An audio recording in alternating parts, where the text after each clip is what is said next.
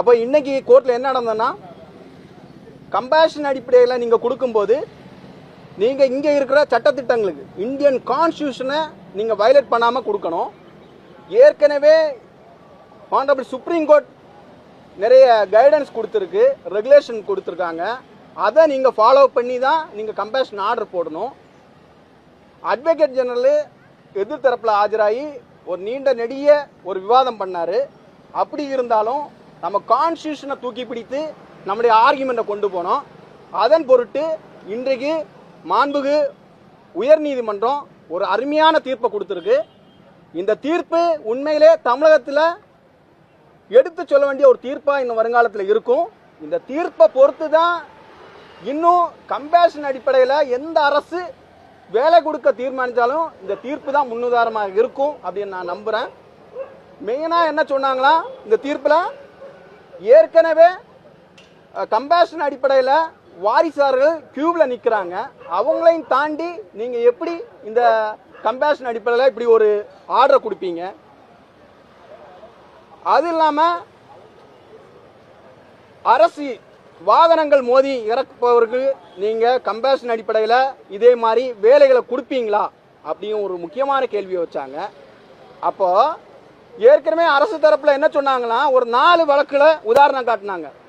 Sterlite துப்பாக்கிச்சூடு ஒன்று லீலாவதி படுகொலை மதுரை மாநகரத்தில், 3 ஒரு எக்ஸ் சர்வீஸ்மேனுடைய மகனுக்கு வேலைவாய்ப்பு, 4 SC/ST ஆக்டில் மற்ற தாழ்த்தப்பட்ட பட்டியலின ஆட்களுக்கு நமக்கு வேலைவாய்ப்பு கொடுக்குறோம்.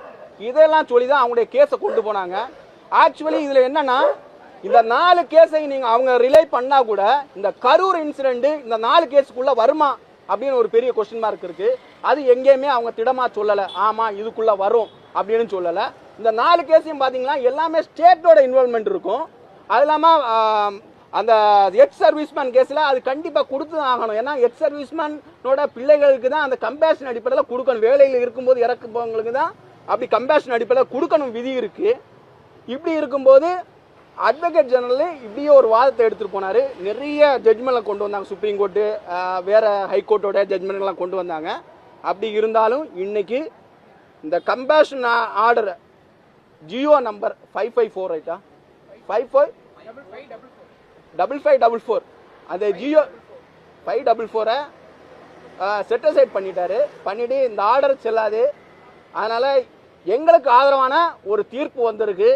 உண்மையாவே படிக்கிற பசங்க ஆயிரக்கணக்கான லட்சக்கணக்கான இளைஞர்களுக்காக நாங்கள் இந்த நீதிமன்றம் நாடியது அவங்களுக்கு பெரும் துணையாக இருக்கும் அப்படின்னு நான் சொல்ல கடமைப்பட்டிருக்கிறேன்.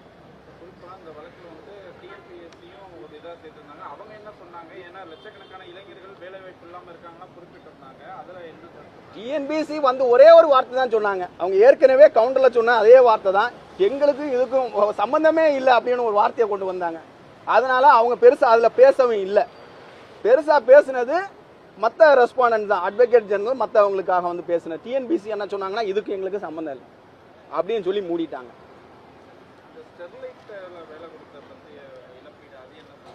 ஸ்டெர்லைட் இழப்பீடு என்பது ஒரு அரசுல நடந்த அரசோட மிஸ்டேக். கரூர் இன்சிடென்ட் அப்படி எடுத்துக்க முடியாது. நான் இங்க கமெண்ட் பண்ண விரும்பல. காரணம் சுப்ரீம் கோர்ட்ல அது பெண்டிங்ல இருக்கு. ஸோ அது அரசோட மிஸ்டேக்கா இல்லை தனிநபர் மிஸ்டேக்கா இல்லை பிளான் பண்ணி பண்ணாங்களா, அது இனிமேல் தான் முடிவாகும்.